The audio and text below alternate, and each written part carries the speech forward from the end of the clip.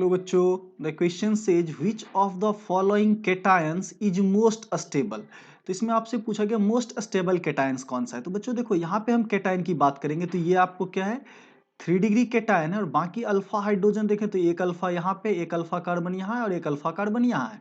तो टोटल ये 3 डिग्री तो 3 अल्फा कार्बन होगा और 3 अल्फा कार्बन में हाइड्रोजन देखें तो 2 यहाँ पे होगा और 3 और 3 यहाँ पे 6। तो टोटल 8 अल्फा हाइड्रोजन भी प्रेजेंट है, राइट। 3 डिग्री के साथ क्या है इसके पास 8 अल्फा हाइड्रोजन प्रेजेंट है। इस केटायन में देखें तो बच्चों ये पॉजिटिव चार्ज है और बाकी ये क्या हो जाएगा अल्फा कार्बन, ये भी हो जाएगा अल्फा कार्बन और ये भी क्या हो जाएगा अल्फा कार्बन, राइट। तो यहाँ देखें तो टोटल क्या है, ये भी आपको 3 डिग्री दिख रहा है, 3 और 3 6 और एक हाइड्रोजन यहाँ पे होगा। तो टोटल कितना है, तो 7 हाइड्रोजन। 3 डिग्री के साथ इसके पास क्या है 7 अल्फा हाइड्रोजन। इस केस में आए तो बच्चों देखो ये क्या है आपको 2 डिग्री केटायन है, ये क्या है 2 डिग्री केटायन है और ये देखें तो एक अल्फा कार्बन ये होगा और एक अल्फा कार्बन ये होगा।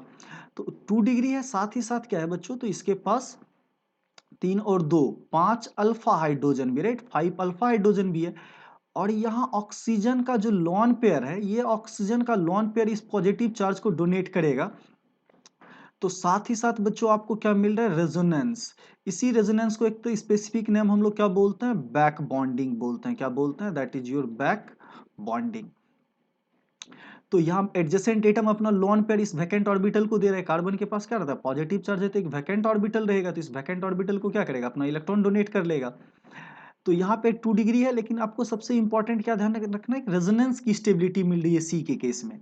वैसे डी के केस में देखें तो बच्चों ये क्या है आपका 3 डिग्री है, ये आपको क्या है, तो यहाँ ध्यान से देखो 3 डिग्री है, बाकी ये अल्फा कार्बन हो गया, ये भी अल्फा कार्बन हो गया और ये भी क्या हो गया अल्फा कार्बन हो गया। तो 3 डिग्री के साथ इसके पास कितना है, तो टोटल 8 अल्फा हाइड्रोजन।